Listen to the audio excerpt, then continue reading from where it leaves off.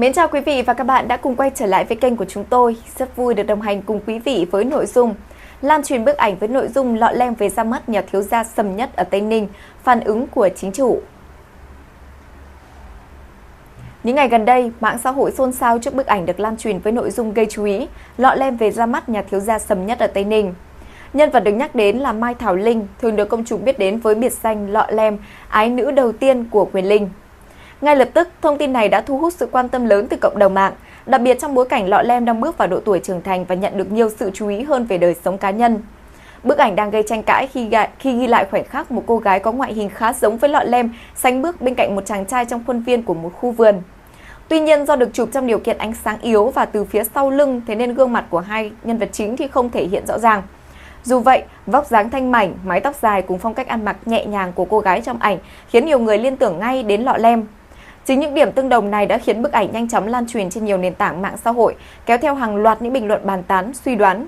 Không ít người dùng mạng tỏ ra thích thú, thậm chí là đẩy thuyền khi cho rằng cặp đôi trông rất đẹp đôi.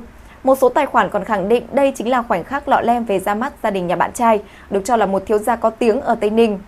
Thông tin này nhanh chóng được rất nhiều trang tin và kênh nội dung chia sẻ, khiến cho các từ khóa liên quan đến lọ lem và cái tên tài sầm liên tục xuất hiện trong danh sách tìm kiếm phổ biến. Tuy nhiên, cho đến thời điểm hiện tại thì cả lọ lem lẫn nhân vật được cho là thiếu gia Tây Ninh này, tên Sầm Tấn Tài, đều chưa có bất kỳ phản hồi chính thức nào trước những thông tin đang lan truyền. Sự im lặng của chính người trong cuộc lại càng khiến cho câu chuyện trở nên gây tò mò, đồng thời mở ra nhiều luồng ý kiến trái chiều ở phía cộng đồng mạng.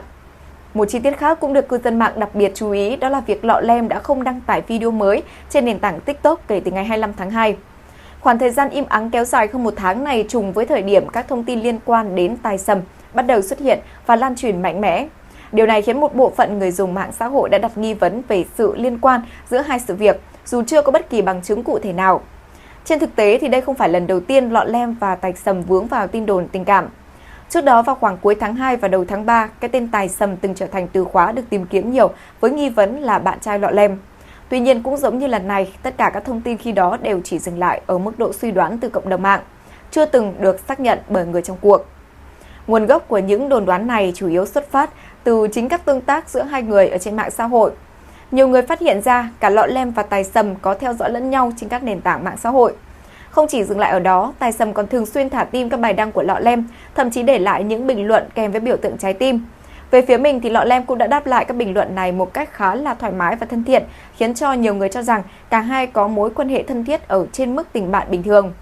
Một chi tiết đáng chú ý khác đó là trong mục đăng lại repost trên tài khoản Instagram của tài sầm thì chỉ có duy nhất 2 bài đăng và cả 2 bài đăng này đều là hình ảnh của lọ lem. Điều này càng làm dấy lên nghi vấn về mối quan hệ thực sự đặc biệt giữa hai người, khi mà nhiều cư dân mạng cho rằng việc chỉ đăng lại hình ảnh của một cô gái duy nhất cho thấy được sự quan tâm rất đặc biệt, không hề nhỏ của anh chàng. Về phía tài sầm, tên đầy đủ là Sầm Tấn Tài, anh được cho là con trai của một gia đình kinh doanh có tiếng tại Tây Ninh. Theo thông tin được chia sẻ trên mạng xã hội, anh từng theo học tại British Vietnamese International School, một trong những trường quốc tế có tiếng tại thành phố Hồ Chí Minh. Đây cũng chính là nơi lọ lem từng theo học trong quá khứ, làm dấy lên khả năng đó là cả hai quen biết nhau từ thời còn đi học. Sau khi hoàn thành chương trình trung học phổ thông tại Việt Nam, tài sầm đã sang Mỹ du học. Cuối năm 2025, anh tốt nghiệp cử nhân ngành quản trị kinh doanh với chuyên sâu về quản trị vận hành và chuỗi cung ứng tại University of Washington. Hồ sơ học vấn này khiến nhiều người đánh giá anh là một trong những thiếu gia có nền tảng về học vấn và giáo dục cực kỳ tốt. Vừa rồi là những thông tin mới nhất được cập nhật trên kênh của chúng tôi. Cảm ơn quý vị đã quan tâm theo dõi. Xin chào và hẹn gặp lại.